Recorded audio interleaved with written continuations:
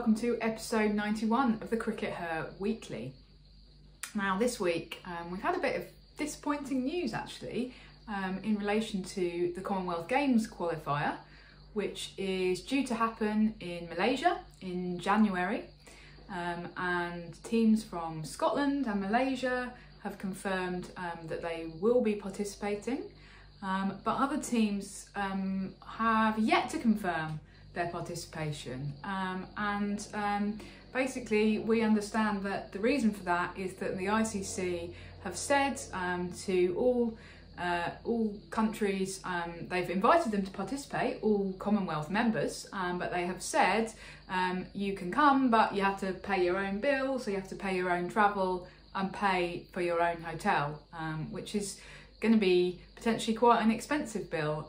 There's also a COVID element to this, given that the recent World Cup qualifiers were effectively wiped out by Omicron, and the West Indies team have only just about managed to get home, and they ended up having to quarantine in Oman, I think. Yeah, tough deal for them. So actually, it's a bit disappointing, isn't it, Sid? Yeah, it is. I sort of get the impression that this is it's not entirely unexpected, shall we say. I think that the ICC's kind of perspective on the Commonwealth Games and on the Olympics, interestingly enough, which there's been also a little bit of news about this week, which I might come back to briefly in a minute, is that this whole thing offered the ICC a freebie. It offered them a way to, get a pile more publicity, and to get some a big competition into the sport, without it costing them any money. And then as soon as it came to the point where it was actually going to cost them money, then they decided, well, actually, we don't want to pay for this. We're going to leave the teams to pay for it themselves, and if they want to, they can, and if they don't want to, then they can't. Is that sort of the way that these things work, Raph, generally? Is that what you were expecting? Well, I think that the way that the Commonwealth Games works is that each of the participating sports is essentially told by the CWG organisers, well, it's up to you to make your own arrangements for which teams participate in your particular event at the Games. So the ICC will have been told, we're including women's cricket, and it's up to you to decide how you get to the 8 countries who are going to be competing, because that's all that the schedule allows for, is for 8 teams to play in a T20 competition. And so the ICC could have said, okay, well, we'll just do it based on rankings. I guess you could say it's to their credit that they said, no, we're going to do the top 7 based on rankings, or it's kind of the top 6 based on rankings plus England, who are the hosts. And then we are going to leave a spot open for another country to potentially qualify. However, so that's to their credit, but to then actually turn around and say, but in order to be one of those teams, you have to pay your own bill. They must have an understanding of the finances of some of these countries, that it's not going to be viable for them to send a team to the qualifiers. And so that's actually a real shame. And you just think it's one of those situations where you think, perhaps the ICC are trying to, they're almost as you say, they really want the great PR that comes with this, and they're banging on about the Commonwealth Games turbocharging, in kind of very corporate speak, turbocharging the growth of women's cricket, and then they're leaving countries to foot their own bill to try and fight their way into participating in the event. So that's really disappointing. Yeah, and there are some parallels with the Olympics, aren't there? And there has been this little bit of Olympic news this week that cricket has suffered a little bit of a blow, that it probably won't be part of the Olympics in Los Angeles. Is that the right one? Yeah. In 2028. Yep. There's still a small chance it could kind of get in, because the sort of the host country have some wild card picks. But I can't quite see the American Olympic Committee going, yeah, cricket, that'll be one of our wild card picks. No, probably not going to happen. Oh no, you're doing your accents again. So cricket might have to wait until, I think Brisbane is the next one after that, isn't it? And obviously there's a good chance that our Australian friends might pull it in. But I think there are, nevertheless, that there's a chance for them to win a gold medal. I think that there's some of these, well, yes, in both male and female categories, you'd think. Anyway, the less said about the men's Ashes, the better this week. We won't be mentioning that. No. Not that we'd usually would. Not happening. Anyway, so the Olympic thing is another case where the ICC were obviously hoping to get, a kind of a freebie, and kind of passed on some of these costs. And I feel very uncomfortable with that, actually. That I spoke to someone a few months ago that had a reasonably good knowledge of the way that cricket in Brazil is financed, for example. And I said, so if cricket makes it into the Olympics, and then obviously Brazil cricket get loads of money in theory. But I was like, well, where does that money actually come from? And he said, well, it comes from the Brazilian Olympic Committee. I was like, okay, where does most of Brazilian Olympic Committee money come from? It comes from the Brazilian government. Okay, so essentially that comes from Brazilian taxpayers. Now, Brazil is not a rich country. So what you're doing essentially is you're putting cricket into there, and you're going, now Brazilian taxpayers can stump up for this. And in a sport where the most senior executives, the men, and it is largely men running it, pay themselves millions of pounds in bonuses, fly around the world first class, live in 5-star hotel rooms, we're asking the taxpayers of second and third world countries to stump up the costs for getting cricket into the Olympics. That doesn't feel right to me. I totally agree with you. But it's one of those situations where if you are Brazil or another kind of associate country and you're trying to work out how you can best grow cricket, then you're powerless to do anything about the ICC bigwigs, fat cats, flying around the world first class. But what you can do is push for the inclusion of cricket in the Olympics. So in a way, I kind of agree with you, but I also do think that cricket's inclusion in the Olympics could be really important as a growth tool, and I'm sympathetic to those countries who are therefore really pushing for it, despite the fact that it does seem to be a little bit of a thing that the ICC wants to grow its sport on the cheap a bit. Yeah. Okay, well, that's the Commonwealth Games and the Olympics. Now, ongoing at the moment, we've had quite a lot of conversations in the past few weeks about equality in cricket with regard to race, which has obviously been a particular theme of what's going on in England at the moment. And obviously, that's something we've talked about. We've also talked about sexism and sexual discrimination in cricket. Now, ongoing, we've got an independent commission for equity in cricket, which is looking at equality in the English and Welsh games. And this is a commission that's independent of the ECB, so it's not part of the ECB. The ECB aren't directing its findings. They're going to take on board its findings and look to progress them. So they're taking evidence at the moment, which means that that they have got various means of doing that. So they're talking to people, and they've also got a questionnaire they've put out on the internet, which anybody can go and fill out. And Raph, you filled it out this week. What did you learn, and what can you tell us about it? I did. So we will put the link to the survey in the show notes, because as you say, they are urging anyone who has any involvement with English cricket to fill out this survey. So you might be a player, you might be a parent of a player, you might just be a fan, somebody who watches at home. You might have some kind of other involvement in club or club cricket, or as a coach or whatever. So you can fill it out if you're in any category connected with English cricket. Takes about 20 minutes, so it's not too time consuming. And I think it's really important that actually they gain as many voices inputting into this as possible, to really try and get a broad picture of what's happening all around the country. So Absolutely. The first thing to say is that we'd really urge you to fill it out if you haven't already, and if you are involved in English cricket in any capacity, then do that. And as I say, we'll put the link in the show notes to be able to do that. It's open until the 21st of December, so you've still got just over a week to take the time to fill it out. I found it really interesting, the way that they kind of structured the survey.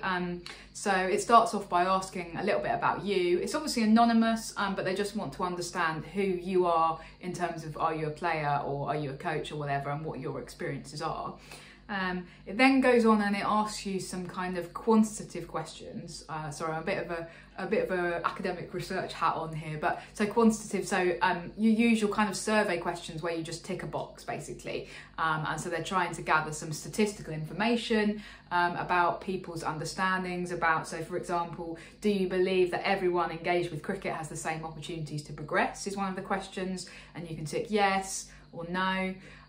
Or don't know, I think. You can also, there's also a question about how diverse and inclusive you feel cricket is compared to other team sports. And again, so you might think it's more, you might think it's less, you might think it's about the same. So there's going to be some really interesting data, because then they'll be able to compare different understandings of cricket in a very kind of statistical way, and they'll be able to draw out information about, for example, how inclusive people in Greater London who are recreational players think cricket is, or, you know, if you're in the north of England and you're a coach, what do that category of people think about cricket? So that's really interesting. And then there are some questions as well about kind of trying to understand barriers to inclusion. And then at the end, there are a few more qualitative questions, and by that I mean kind of more open-ended questions, where you can just kind of write something a bit more individual, a bit more personal about your own experiences. So if something bad has happened to you, particularly as a person involved in cricket, then you can explain that, you can talk about that, and it is anonymous, but that information can then be used to inform the inquiry. Or, you know, it might be, so I'm approaching it more from a kind of, I guess, from a perspective of trying to see very much the big picture, because our involvement, mine and your involvement, tends to be more at kind of big picture level rather than in kind of very specific individualised club situations, I suppose.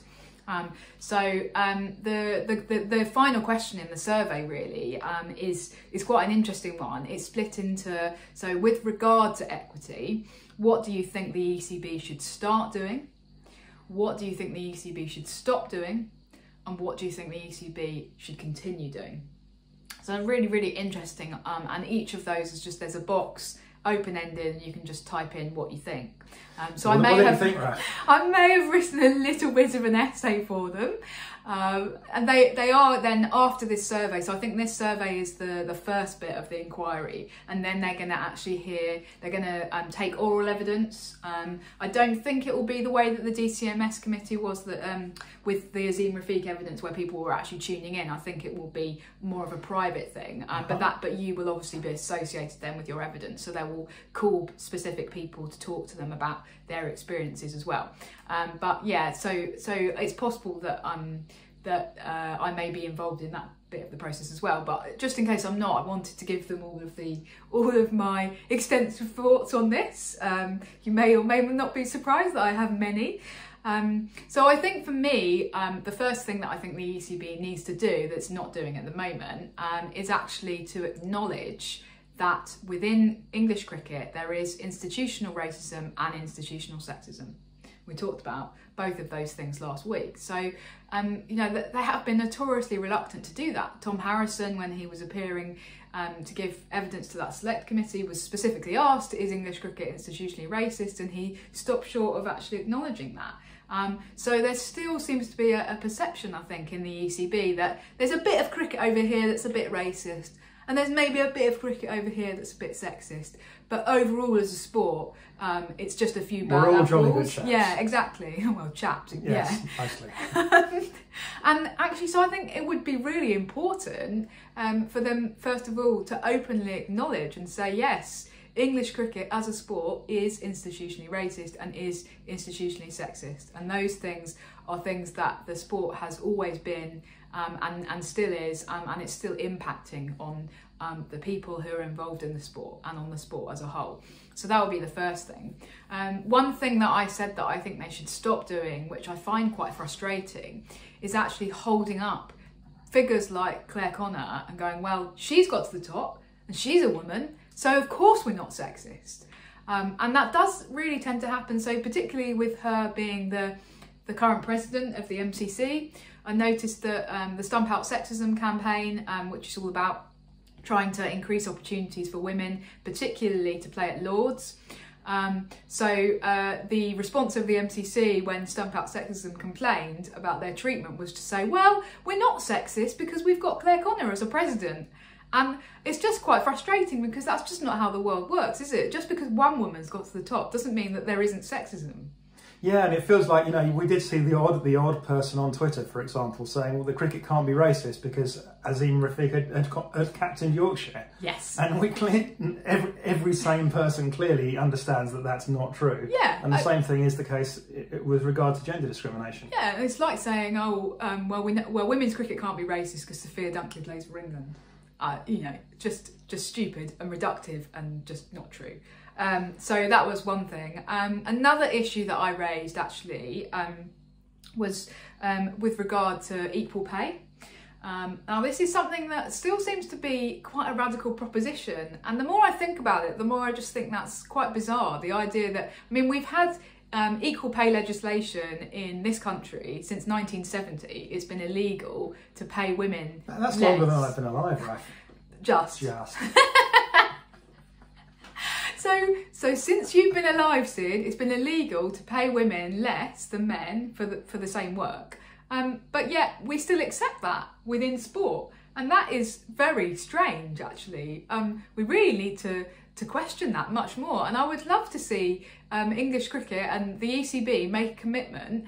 Okay, it may take a little while, but you know, why not say within 5 years we commit that our women players, the centrally contracted ones, will be paid the same as the men, and that as their base level contracts. The men will still earn more because of sponsorship, because of endorsements, etc. But why not make that commitment? That would be so great. Am I being unreasonable, Sid? I think you are being a bit unreasonable, but I think that's a positive thing. That I think unreasonable in the sense that that's clearly unlikely to happen. But what's important here is kind of push the Overton window on this. So that's borrowing a little term from politics. The Overton window is kind of the window of what reasonable people think might be okay. So, you know, the Overton window in this case will be like, well, most people probably wouldn't think that women deserve to be paid the same as men. But if we start saying that, then people will more come to accept that as a thing that becomes kind of plausible and believable. And honestly, for example, prize money. I believe somebody told me about 5 years ago that it was economically absurd that there should be equal prize money in sport for men and women. Google it if you want to know who said it. And yet, you know, that the 100 now has equal prize money. So, you know, and it's not economically absurd. So, you know, if people like us continue to kind of push the Overton window, push the envelope on this, then we can make changes. Absolutely.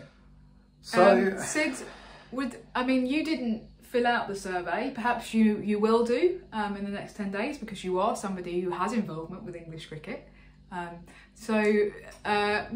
What might you have put in these boxes, or what might you put in these boxes? Is there anything you think here's something I changed, Raph, and it's something that related to something that happened this week. So this week we saw Darren Gough appointed Director of Cricket, that's the right title I believe, at Yorkshire County Cricket Club.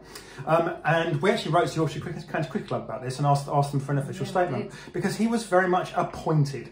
And it felt like, you know, that he'd been appointed just days after they'd essentially, the previous team had basically all resigned, been encouraged to resign one way or another, and he was appointed. And you know, so clearly there seems to have been no interview process and no open selection process. And in order to promote equality, open selection processes are a really important part of that.